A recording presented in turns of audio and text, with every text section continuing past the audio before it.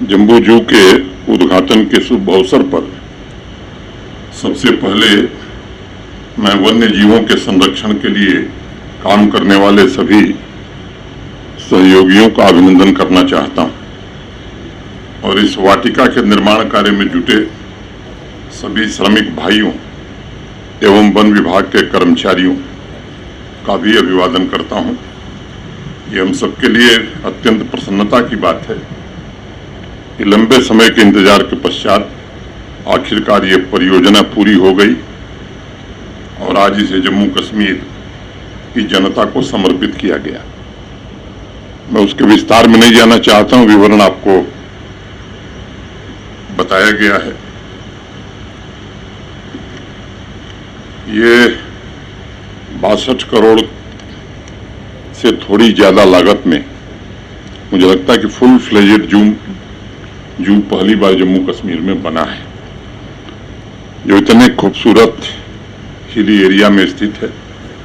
शिवालिक पहाड़ियों की तलहटी में 70 हेक्टेयर में फैले इस जू के पहले फेज ने जम्मू संभाग में एक और टूरिस्ट डेस्टिनेशन केवल नहीं जोड़ा है, बल्कि हम जिस क्वालिटी ऑफ लाइफ के विजन की बात करते हैं उसकी सिद्धि भी की है। हिली एरियाज और परफेक्ट पिकनिक स्पॉट होने की वजह से इसका अनोखापन स्वाभाविक रूप से पर्यटकों के लिए एक आकर्षण का केंद्र होगा और जम्मू संभाग में इस प्रोजेक्ट के जरिए टूरिज्म की संभावनाओं को नई ऊर्जा जरूर मिलेगी। जैसा बताया गया कि माता वैष्णो देवी के दर्शन के लिए देश भर से जो श्रद्धालु आते हैं वो उसमें से अधिकांश लोग हमारे विद्यार्थी, आसपास के निवासी निश्चित रूप से आने वाले दिनों में यहाँ भी आएंगे और ये प्रयास हमको अनवरत करना होगा। और मैं समझता हूँ कि टूरिज्म की दृष्टि से यह जो काम है ये एक मील का पत्थर साबित होगा। जम्बू जू का उद्घाटन ऐसे समय में हुआ है जब पूरे देश में नहीं बल्कि देश के बाहर भी जम्मू कश्मीर की चर्चा हो रही है। G20 की बैठक का जिक्र अभी भारत भूषण जी ने किया। मैं मानता हूं कि जम्मू कश्मीर के 1 करोड़ 30 लाख से ज्यादा नागरिकों को इस आयोजन ने गर्व से भर दिया है। वैसे तो बैठक टूरिज्म वर्किंग ग्रुप की थी। मुझे लगता है कि जो लोग दुनिया के 27 देशों से आए थे, यहाँ की गौरवशाली सांस्कृतिक परंपरा का जो अनुभव करके गए हैं वो विश्व पटल पर निश्चित रूप से रखेंगे। और एक बात जो मैंने महसूस की है, ये ठीक है कि प्रशासन के हमारे सहयोगियों ने दिन रात मेहनत करके इस आयोजन को सफल बनाया, लेकिन जो एक बड़ा परिवर्तन आया है जम्मू कश्मीर के हर नागरिक के मन में राष्ट्र प्रथम की भावना इससे बहुत ही बलवती हुई है। नेशन फर्स्ट की जो भावना है वो बहुत बलवती हो गई और उसका प्रदर्शन हमने देखा है। उन तमाम लोगों के बयानों के बावजूद जो तरह तरह की अटकलबाजियां बयान दे रहे थे, जिस तरह से लोगों ने बढ़ चढ़ करके हिस्सा लिया और सहयोग किया, खासतौर से युवा पीढ़ी ने, महिलाओं ने, वो निश्चित रूप से सराहनीय रहा है। और मैं आत्मविश्वास के साथ कह सकता हूं कि आज जम्मू कश्मीर अपने विकास के पथ पर शिखर की ऊंचाइयों को छूना चाहता है। लंबे समय बाद माननीय प्रधानमंत्री जी के नेतृत्व में विकास की एक नई जमीन तैयार हुई है और आज एक ऐसे मुकाम पर हम खड़े हैं जहां विकास की वृद्धि दर इस रफ्तार को और तेज कर सकती है, इसकी पूरी संभावना है। मैं जम्मू कश्मीर के सभी नागरिकों को भरोसा देना चाहता हूं कि ऐसा वातावरण निर्मित करने के लिए यहाँ का प्रशासन पूरी तरह से प्रतिबद्ध है, जहाँ मेहनत, नॉलेज और उद्यमिता ये तीनों पुरस्कृत हों तथा समावेशी विकास की प्रक्रिया द्वारा समाज के सभी वर्गों को लाभ मिले। मुझे विशेष रूप से इस बात पर गर्व है कि जम्मू कश्मीर के प्रत्येक नागरिक ने G20 की मीटिंग के माध्यम से देश के पौराणिक मूल्यों को शांति, सौहार्द एवं समन्वय की भावना से विश्व पटल पर रखने का काम किया है। हर एक सेक्टर में प्रगति की नई ऊंचाई हम छू रहे हैं और जम्बूजू जैसे प्रोजेक्ट समाज में पनपी नई विकास ऊर्जा के प्रतीक स्वरूप है। यूनियन टेरिटरी के इस ऐतिहासिक अंतर्राष्ट्रीय समिट के माध्यम से हमारे नौजवानों ने नए अवसरों, नई संभावनाओं और नए भविष्य के सपने देखे हैं। अब उनकी आकांक्षाएं सीमित नहीं हैं, बल्कि वो नई सोच के साथ अपने सपनों को भारत के निर्माण में योगदान देने के लिए तैयार हो रहे हैं। हमें उन सपनों को साकार करने की व्यवस्था निर्मित करनी है, ये हमारी जिम्मेदारी है। और सुनहरे भविष्य को हासिल करने के लिए कदम से कदम मिलाकर वो चल सकें, ऐसा वातावरण हमें बनाना होगा।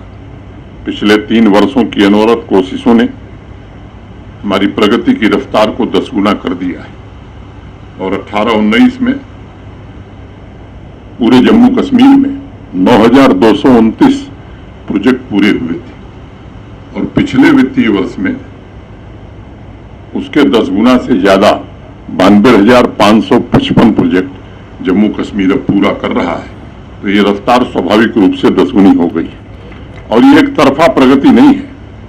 विकास यात्रा में इस बात का ध्यान रखा जा रहा है कि चाहे वो ग्रामीण क्षेत्र हो, शहरी क्षेत्र हो, हर जगह विकास हो, सर्वस्पर्शी हो, समावेशी हो और उसमें विशेष बात का भी ध्यान रखने की कोशिश हो रही है कि पर्यावरण को स्थायित्व देने की क्षमता भी हो।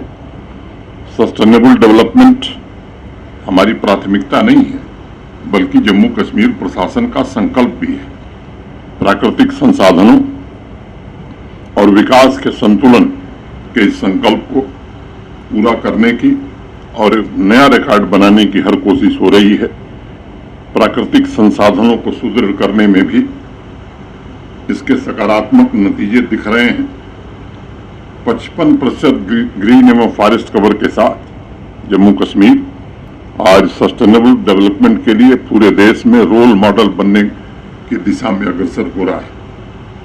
जिस तेजी से विकास के काम धरातल पर हो रहे हैं और टाइम बाउंड मैनर में हो रहे हैं, जनता की जरूरतों के मुताबिक हो रहे हैं, उसके केंद्र में भयमुक्त, भ्रष्टाचार मुक्त प्रशासन की प्रतिबद्धता है।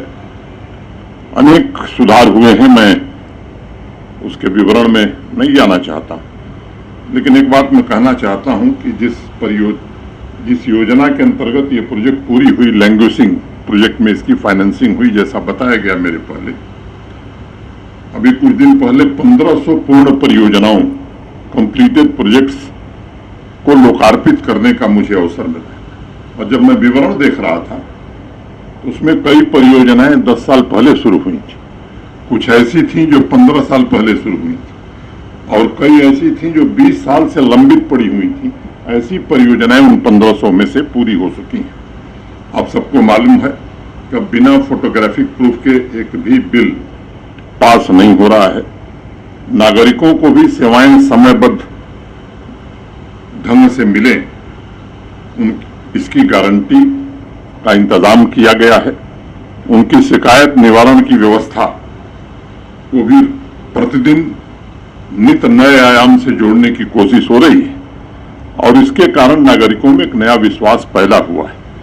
और मैं भरोसा देता हूं कि समतावादी समावेशी विकास जम्मू कश्मीर प्रशासन का मिशन है और ये आगे भी जारी रहेगा। मित्रों, शहर हमारे विकास के केंद्र हैं जो आर्थिक गति को बढ़ाने के साथ रोजगार के अवसर भी पैदा करेंगे। स्मार्ट सिटी के रूप में जम्मू शहर को नया स्वरूप देने की कोशिश की जा रही है। बुनियादी ढांचों को मजबूत करने का प्रयास हो रहा है ताकि निवेश एवं प्रगति की संभावनाओं को बढ़ाया जा सके। लेकिन यहाँ जम्मू शहर के नागरिक हैं, उनसे मैं निवेदन करना चाहता हूं। अभी दुनिया के दूसरे देशों के जो लोग आए थे, श्रीनगर का पोलो व्यू मार्केट देख करके या झेलम रिवर फ्रंट देख करके आपने देखा होगा, कोई सेल्फी ले रहा था, कोई वीडियो अपलोड कर रहा था। जम्मू का दुर्भाग्य है कि रघुनाथ बाजार के लिए पैसा है, प्रशासन कोशिश कर रहा है, लेकिन लोग बनने नहीं दे रहे। रेजिडेंसी रोड में प्रोजेक्ट सैंक्शन हुई तो वहीं के एक निवासी ने जाकर कोर्ट में स्टे ले लिया।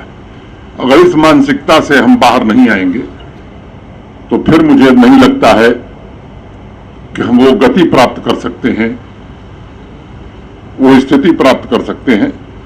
मैं इस बात का जिक्र इसलिए कर रहा हूं कि हमें भी अगर विकसित जम्मू देखना है, अगर हम चाहते हैं कि देश भर और दुनिया भर के पर्यटक यहां आवें, तो हमें अपनी सोच में भी थोड़ी बदल तो करनी पड़ेगी।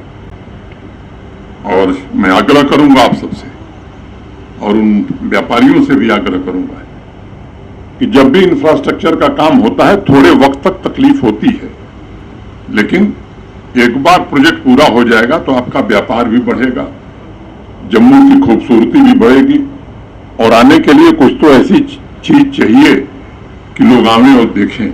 मैं आप सबसे निवेदन करना चाहता हूं कि इसमें भी आप सहयोग करें। आज हम आर्थिक तेजी के साथ शहरों और गांवों में रहने वाले नागरिकों को पूरी तरह एम्पावर करने की कोशिश कर रहे हैं ताकि उनके सपनों को पूरा किया जा सके और नए लक्ष्यों की प्राप्ति का जज्बा भी उनके भीतर पैदा हो सके। हम शहरों और गांवों में रहने वाले अपने नौजवानों को इंटरप्रेन्योरशिप के नए मौके उपलब्ध कराने के लिए भी कठिन परिश्रम कर रहे हैं और मात्र 1 साल के भीतर 82,000 से ज्यादा यूनिट हमारे नौजवानों ने, जिनकी संख्या 2,85,000 है, खुद की यूनिट लगाई है। मिशन यूथ के अंतर्गत 70,000 नौजवान बच्चों बच्चियों को स्वावलंबी बनाने में हमें सफलता मिली है और इसके कारण सामाजिक और आर्थिक रूप से सशक्त बनकर जम्मू कश्मीर स्वाभाविक रूप से राष्ट्र के निर्माण में अपना योगदान देने के लिए पूरी तरह से तैयार है। जम्मू कश्मीर को समृद्ध बनाने की दिशा में अनेक उपलब्धियां हमने हासिल की है। एक आंकड़ा मैं जिक्र करूंगा, 2020 में एक्साइज का रेवेन्यू 10 करोड़ रुपया था, इस साल 300 करोड़ हो गया। और दुकान कौन लोग चलाते थे? उनके दादा भी चलाते थे, उनके पुत्र भी चलाते थे, उनके ग्रैंडसन भी चलाते थे।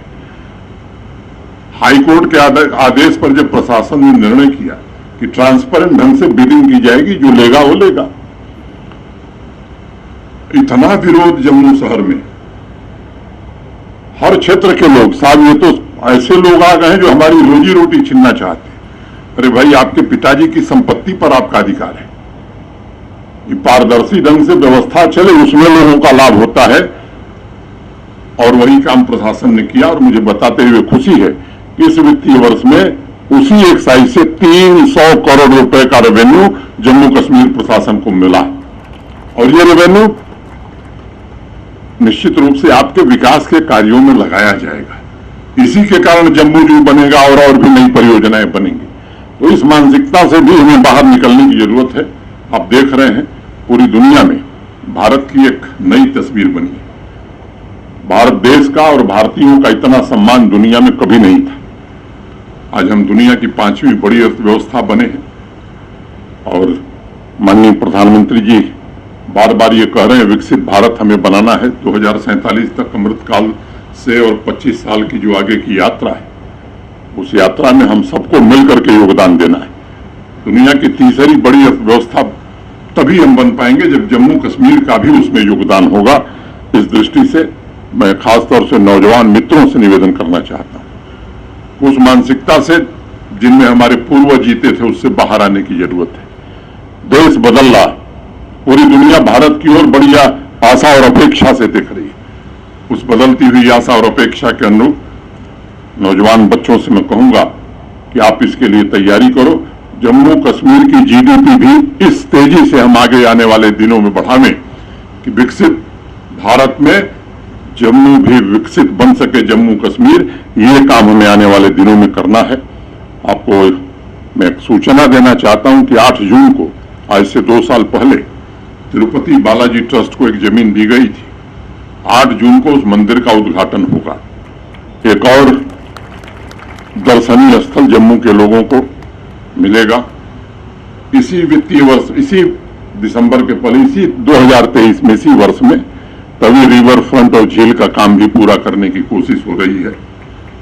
पिछले दिनों सुचेतगढ़ आप में से अनेक लोग जा रहे हैं, देख रहे हैं। लाइट एंड साउंड प्रोग्राम भी बहुकोट में आपने देखना शुरू कर दिया है। लेकिन रेलवे भी इस साल के अंत नहीं तो जनवरी 2024 में कश्मीर से कन्याकुमारी तक रेल से सफर आप कर सकेंगे। हाईवे और टनल के 1.5 लाख करोड़ रुपए के प्रोजेक्ट प्रधानमंत्री जी के कारण आज यहाँ चल रहे हैं।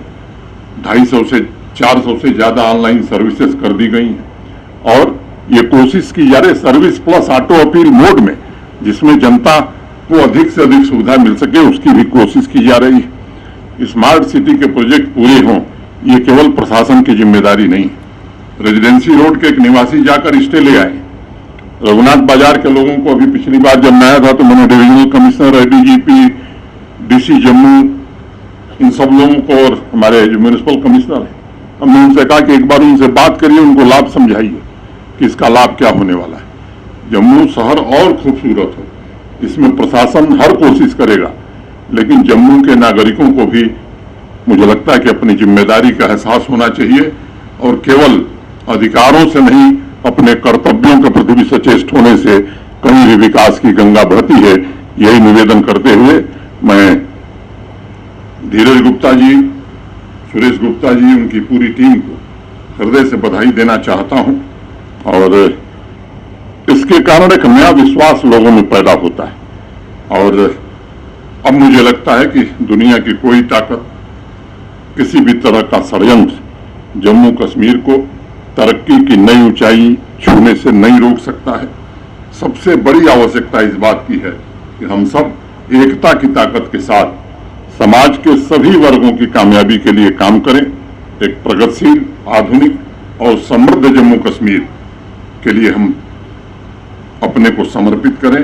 मैं एक बार पुनः जम्बू जू के उद्घाटन की सभी नागरिकों को विशेष रूप से बधाई देता हूं। बहुत बहुत धन्यवाद। जय हिंद।